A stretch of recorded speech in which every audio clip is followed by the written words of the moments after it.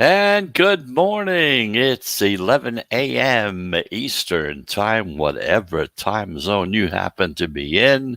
Welcome to the Sports Wagering Zone.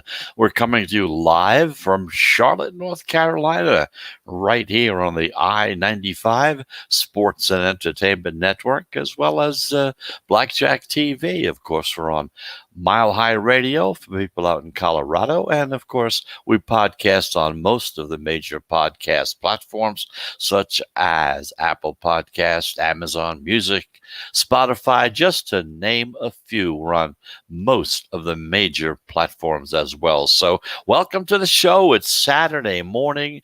We're into the third day of the draft. Well, now you start seeing guys that you probably never heard of before, and things are kind of slowing down a little bit, and things should be ending pretty soon, and we're back to normal again, as they say. If you did any prop betting on any of these situations, I certainly hope you did very, very well. It's a tough go sometimes. I know a lot of times you're taking a guess, because you're taking a guess almost anytime you're making a wager, but still you're really guessing this as opposed to using analytical data that will help you get through regular games, over-unders, things of that nature. So welcome to the show. I'm Chris Pardo. And like I said, we're coming to you live from Charlotte, North Carolina. And of course, as usual, if you're new to the show, just want to let you know a little rundown of what we're doing today. We're going to be talking, of course, about 3 Major League Baseball games. We're going to take a close look at 3 of them and kind of see which direction things happen to be flowing as far as they're concerned. We're going to see the line movement. Then, of course, once we determine that, we can find out in which direction the pros are going as well. So that'll be on tap for today. We're also going to take just a quick look at the Kentucky Derby. I'm not too crazy about the Derby. If you've listened to the show before, you know that there was a point of time in my life when I lived at the racetrack in the New York metropolitan area. Got to the point where I bought a horse of my own and had some fun from that perspective as well. So I could never understand why people bet a game like the Kentucky Derby, because a race like the Kentucky Derby, that is, because here you get the best horses available at the time. That's the hardest ones to try to pick. But we've got one we kind of looked at, we kind of like. We'll tell you about it and kind of let's leave it up to you as to what you want to do. Also, we're going to take a look at some trends and how we follow some trends in baseball and how they affect which direction we go as far as betting is concerned. But as always, the first thing we always do, we take a look at what happened the day before in the world of sports as far as betting is concerned. Like I said, I know you probably know the scores and things of that nature, but we kind of try to bring you up to date on how the underdogs have been doing, how the favorites are doing in these various games as well. So taking a quick look, and let's go to the National Hockey League to start off with. The favorites went 2-1 with the Jets and the Canadians closing as a pick'em, and the lone upset was caused by the Coyotes at a plus 190 on the money line against the Golden Knights. The unders went 3-1, and they increased their lead up to 51.1% so far on the season. Meanwhile, first period unders also went 3-1, but they lead at 50.8% for the season. Meanwhile, in the NBA, the Celtics rallied from a 32-point deficit, and then they beat the Spurs 143-140 in overtime. But of course, the Celtics did not cover because they were 4.5-point home favorites in that particular game. The Kings, who were 11.5-point dogs and a plus 500 on the money line, rallied to upset the Lakers 110-106. And LeBron James returned back into action. That was the one upset as the favorites went crazy yesterday, going 7-1 straight up and 6-2 against the spread. The favorites have now taken the lead, made it a little higher. They're now at almost 51% for this season.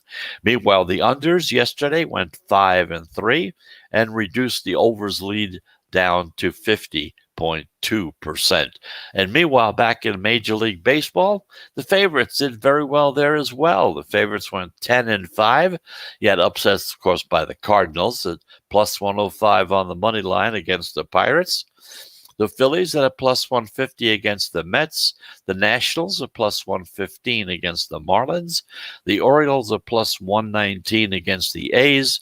And the Mariners at plus 138 against the Angels. The favorites now lead 195-171 straight up. The overs went 9-6 yesterday, but the unders, well, they still lead, and they're at almost 54%. So that's the story as to what happened yesterday in the world of sports as far as betting was concerned. And of course, it's time now for us to take our first break. And when we come back, we're going to take a look at 3 games on tap for today and tonight. The 3 games we're looking at are Baltimore against Oakland, the Cardinals against the Pirates, and the Angels against the Mariners. So those are the games. We'll take a close-up look, check on the line movement of those games, and try to determine in which direction the pros are going. So let's take that first break. Let's get it out of the way. And if you haven't listened to the show before, just to let you know, we have 3 breaks in the show. Each one is of about 1 minute duration. So we'll be back into the zone in 60 seconds.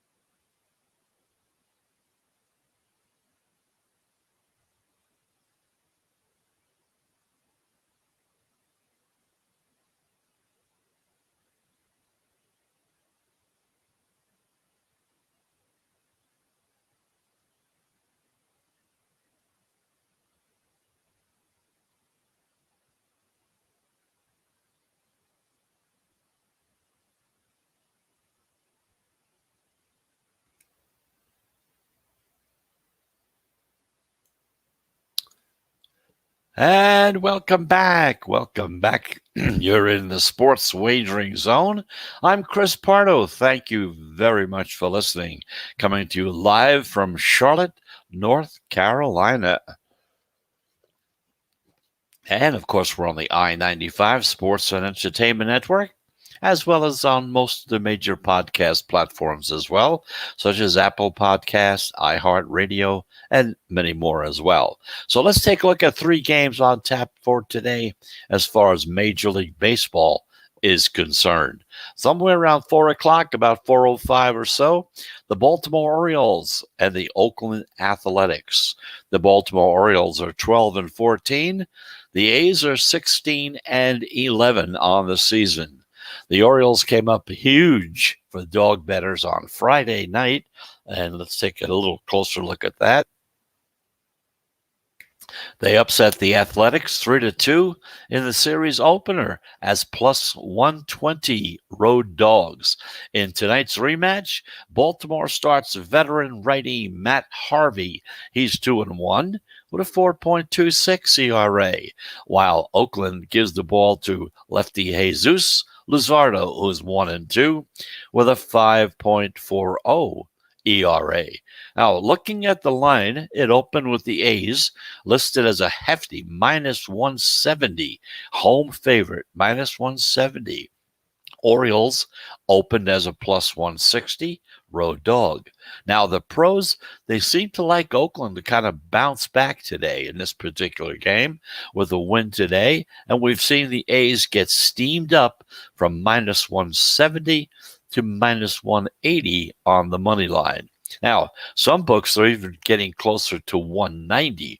Kind of noticed that before we came on the air. Now, non-division home favorites that have a 10-cent or more steam, okay, in their favor are at 59% so far this season. The Orioles are just 3-6 against lefties this season so far. Oakland is an 11-5 as a favorite. The totals is 8 with some juice to the over at minus 115. Looking at the weather, as we always try to do, especially when sports are outdoors. In baseball, this is that time of year where weather changes all the time. The forecast calls for mid-60s with 10 to 15 mile per hour winds blowing out to right center. So that's why you see that total up at 8. So the winds are blowing out, which generally means more home runs. More home runs mean more runs, period. So in this particular game, the pros are on the Oakland Athletics and on the over as well. Meanwhile, around 6 o'clock, 6:30, to be more closer to it, the St. Louis Cardinals, 14-12, going to Pittsburgh to play the Pirates, who are 12-13. Now, the Cardinals, they cruised past the Pirates 7-3 last night's game. They cashed in. They were plus 105 road dogs in that game. Now, in tonight's second game of the 3-game series, the Cardinals go with their ace, Jack Flaherty, who's undefeated so far, 4-0 this season with a 3.18 ERA. And the Pirates, they come back with their veteran righty, Trevor Cahill, 1-2 with a 7.11 ERA. Now, as we look at the line for this game, it opened with the Cardinals listed as a minus 125 road favorite, and the Pirates a plus 115 home dog on the money lines.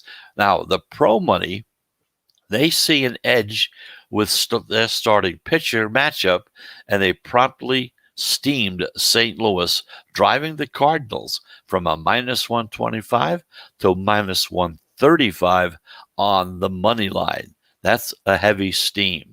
St. Louis also has value as a favorite. They have a low total of 7 so far in this particular game.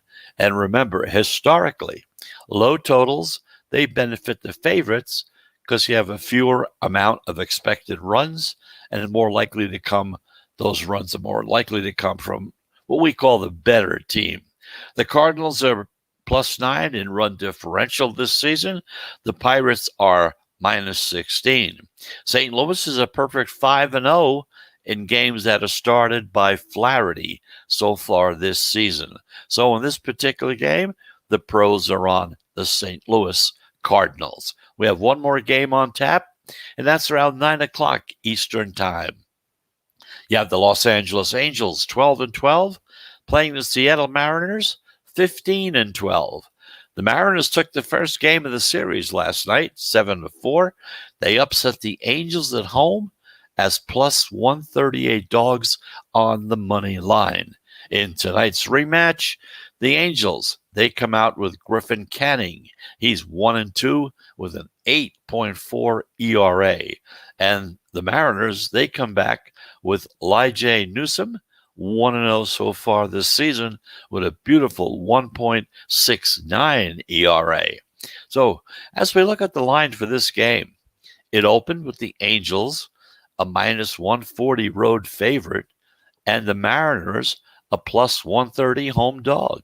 Now, the public is biased toward Mike Trout and the Halos, and they're rushing to the windows to lay the chalk in what they consider to be a bounce-back game. However, despite all this action that's coming in, we've seen the Angels drop from being a minus 140 to a minus 130 on the money line. What this means, is a sharp reverse line movement, and the pros are backing the Mariners as a plus money home dog. Now, in this game, Seattle has value. They're a dog off of a win, and they're a divisional dog with a win rate, okay, of 45.5%. They're also plus 14 units for that this season. Now, historically, dogs, they've done better playing divisional opponents as opposed to non-division opponents because there's a built-in familiarity. They play 9 games against each other, 8 to 9 games. So they're familiar with the playing field. They know about the players. They don't, not that many don't changes are going back and forth. They're familiar with their manager, the way he calls the games, things of that nature. So in that type of situation, they are better in that way. So take a look at that 9 o'clock game again. The pros in this particular game are on the Seattle Mariners. Once again, recapping the 3 games for today. The first game, the Orioles against the Athletics. The pros in this game are on the Oakland Athletics. St. Louis Cardinals against the Pittsburgh Pirates. The pros and the analytics on St. Louis. And in the final game, the Angels against the Mariners. The pros are on the Mariners as well as the analytical data on that game as well. So that's the story for the 3 games for tonight. We're going to take our second break, and when we come back, we're going to take a look and let you know how that little method that we've been using to select these teams is doing so far, give you an update on that, and also take a quick look at the Kentucky Derby as well. So just a reminder, we're going to be back in the sports wagering zone right after this.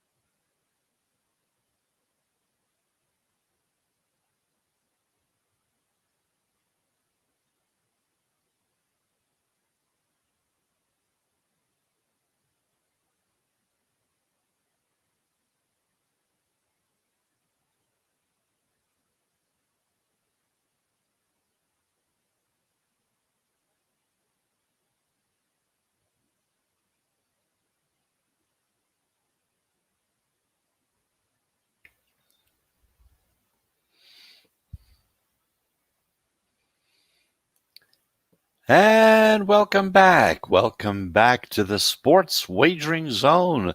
I'm Chris Pardo coming to you live from Charlotte, North Carolina, right here on the I-95 Sports and Entertainment Network, Blackjack TV, also on Mile High Radio, and of course we're podcasting on most of your major podcast platforms such as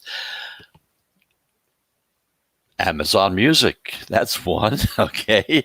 And of course, iHeartRadio, and of course on Apple Podcasts as well. So we're most of the major podcasts. Spotify also is another one, but those are the ones we're on, plus others. So it's easy to get a hold of us anytime you want. So far we talked about 3 games coming up tonight. Took a quick look at them. Once again, the pros like Oakland against Baltimore. They like the Cardinals against the Pirates. And of course, they like the Mariners against the Angels. Now, this little system or method, whatever you want to call it, for choosing teams and games, okay? Very simple. All we're doing is observing the line movement. That tells us in which direction the pros are going, and whichever way they're going, those are the games that we're talking about, and those are the games we're giving to you. Now, yesterday, there were 3 plays. We had the Cubs against the Reds. The system had the Cubs. That was a loser. Cleveland against the White Sox. We had the White Sox, so that was a loser. And we had one winner, Kansas City against Minnesota. Minnesota won that game. So yesterday, the total was 1 win and 2 losses. Now, up until then, for the past 4 days, we've been doing 2 wins and 1 loss. So kind of goes back the other way a little bit. And just to give you an idea, so far, from the beginning of the season, when we implemented this particular method, it's 79 plays we've had so far, 45 wins, 35 losers. So that's at 56.9%. 56.9%. If you were following that method from the beginning, from day one, and I'm not saying you should or you have to or whatever, just kind of give you some insight into a particular way of selecting teams and games to play. So if you would have, when we first talked about it, you'd be up in pretty good shape. Now, of course, that's the way it's turned out so far. Season's not over. It could go up and down. As we know, trends happen up and down. So we'll be talking about trends later on in the show as well. So that's the story about baseball. We gave you the 3 games for today. Gave you a rundown and the stats on the particular method we're using to kind of let you know how it is. And of course, like we say, if you have a system right now, you're happy with it, it does okay, you don't want to mess with it, that's fine. If somehow you can take some of this information and implement it with that, it might make it a little better, because you're always going to come across a situation where early in the day, one team looks good, better than the other. And then as the day goes on, you're listening to sports radio, you're reading data about it, and you start thinking about, say, well, you know what? I think this other team is starting to look a little better. I'm unsure now. So when it comes time for you to lay out that money, you kind of, I don't know which way to go. Maybe I should stay away from this game. But if you knew that perhaps the pros were going in a certain direction, you could go with them and say, hey, if they happen to like them, I'm going to go that way. Or you can go the other way and say, hey, they've been real hot lately. They got to be on the negative side soon, like we did yesterday for the sake of argument, and bet against them, whatever they wanted. So generally, that's the whole story. We try to give you an idea as to another tool in your arsenal for trying to pick winners in sports. Okay, so let's take a look at the Kentucky Derby. Here you go. One horse I've been looking at, and I kind of like it a little bit, but once again, I just want to let you know. Many, many years ago, I lived at the racetrack. I spent 5 or 6 years just living at the track, making my living that way, and eventually wound up buying my own horse as well. Jersey Devil was the name of the horse from New Jersey. Okay, so the one thing you can't understand as a horse player is when you have a big race like the Kentucky Derby, you have the best horses around that are going to be in that particular race. It's much more difficult picking a winner in that type of situation than there is when you're looking at a $10,000 horse, a $20,000 horse, a handicap race of some kind that could go either way. Yeah, you could check their lineage, you could check their times or whatever system you happen to be using, but I could never understand why this big enjoyment of betting. I like watching it, and it's a lot of fun to watch. Like they say, it's the most exciting 2 minutes in sports. But anyway, here's the horse that we're kind of taking a look at. It's known as Known Agenda. The morning line on that horse is 6-1. And one of the most exaggerated negatives as far as betting on Triple Crown, especially from Kentucky, is the number 1 post position draw. Because with the addition of space between the innermost stall, and the rail in this new 20 horse spot gate. Okay. It has all but been eliminated. People just say, well, that number one spot in Kentucky, that's the one you want to bet a horse that's in that situation. Well, maybe some of the races you can, but when you've got 20 horses running and you got that big gate out there, it kind of eliminates that situation. So don't sweat the small stuff. Pay attention to the absolute positives. Number one, this horse has the best jockey in the game, Irad Ortiz Jr., soon to be a Hall of Fame trainer, Todd Pletcher. Okay. An additional distance of 1.25 miles suits this style of this particular horse. So it's focusing on the blinkers. They've won the deepest prep race so far, the Florida Derby, and it's the son of the super sire of all time, Curlin. So all these things kind of add up to make known agenda my selection as far as this race is concerned. So that's the story with the Kentucky Derby. Good luck with it if you're going to bet on it. I certainly hope you do okay. So let's take a second break, and when we come back, take a look at some trends and how they affect your selections of baseball games as well. So just a reminder, we're in the sports wagering zone. We'll be back right after this message.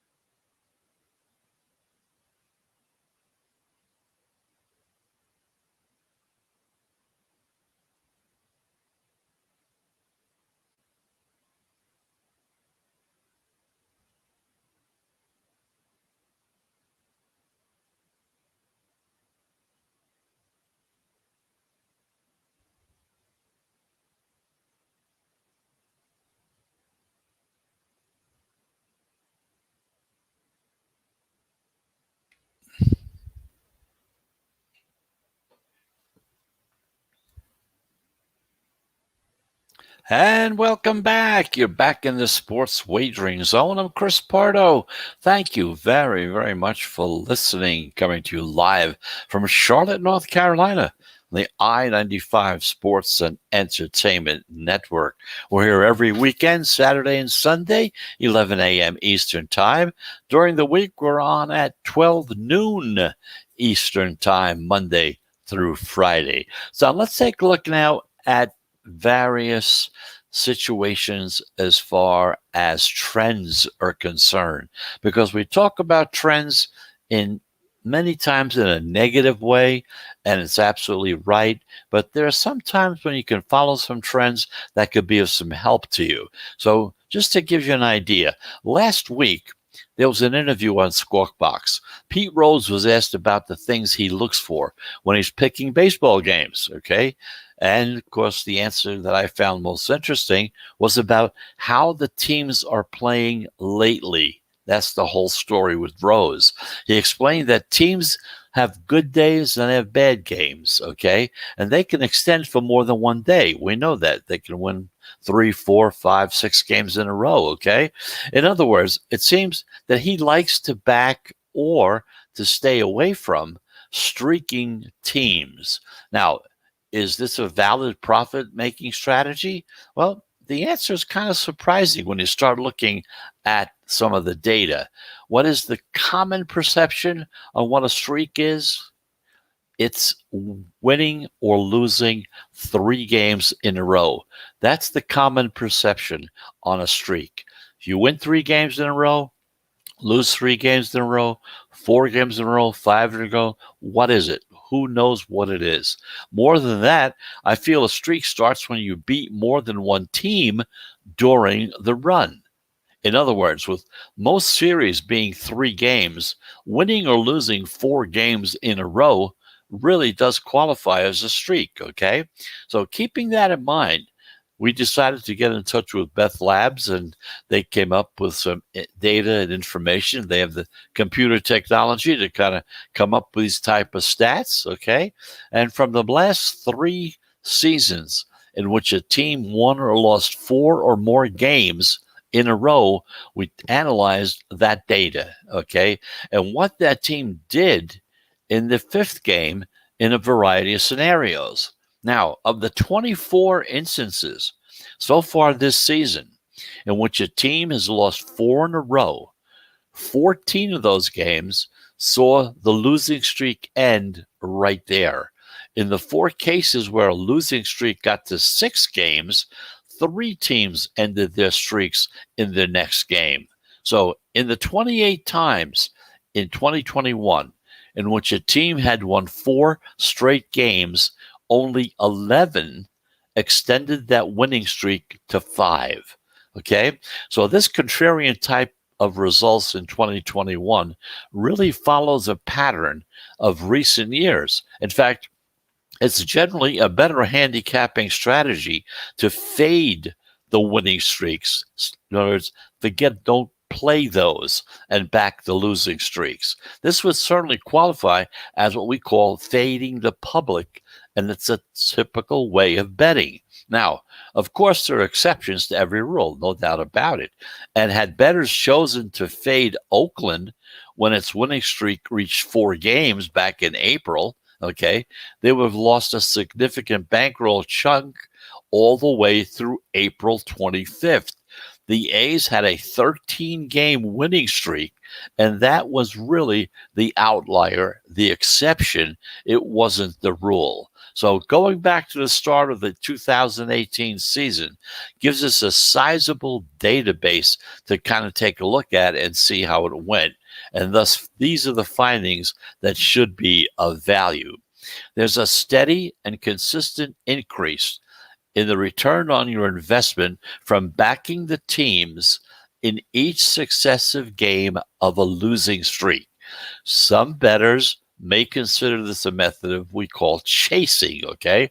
But in theory, the longer a losing streak continues, the more the market typically plays against that team. Now, that, of course, is a mistake. And obviously, because in fact, after the 7th consecutive loss, teams have actually posted winning records in the next game that came up.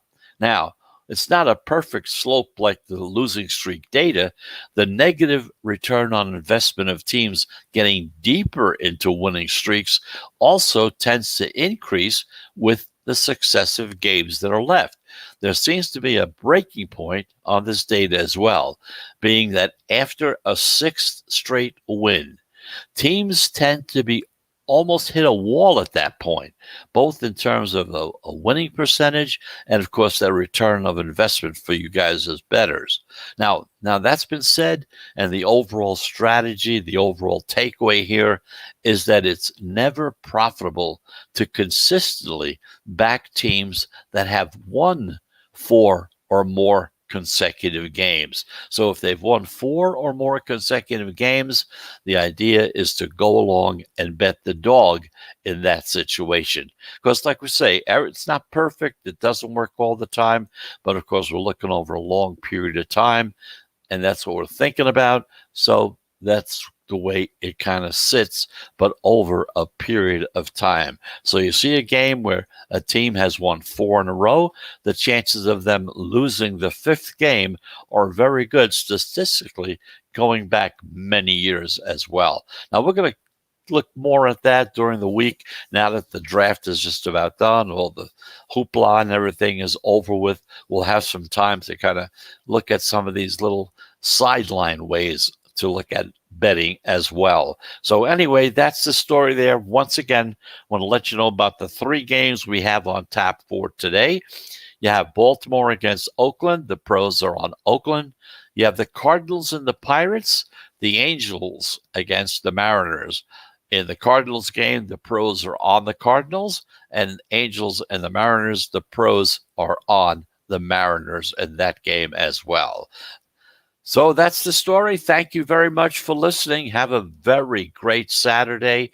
We'll be back again tomorrow morning at 11 a.m. Eastern Time, of course. And of course, I hope you have a well rounded Saturday. Maybe spend some time with your family. And you can watch the draft a little bit. You can see a whole bunch of guys that you've never heard of before are going to be talked about and made make them look like they're the greatest players of all time by some of these guys when they talk about them. But anyway, that's the story. The 3 games we talked about. I hope if you're going to be betting today, you have a very profitable day, doing very, very well. That's what we want you to do. So until tomorrow at 11 a.m. Eastern Time, once again, I'm Chris Pardo. We came to you live from Charlotte, North Carolina on the I-95 Sports and Entertainment Network, and we'll be back again tomorrow as well. So until then, have a very pleasant and very joyous Saturday, but even better than that, also have a profitable one as well. So until tomorrow at 11 a.m., have a very good day, and goodbye, everybody.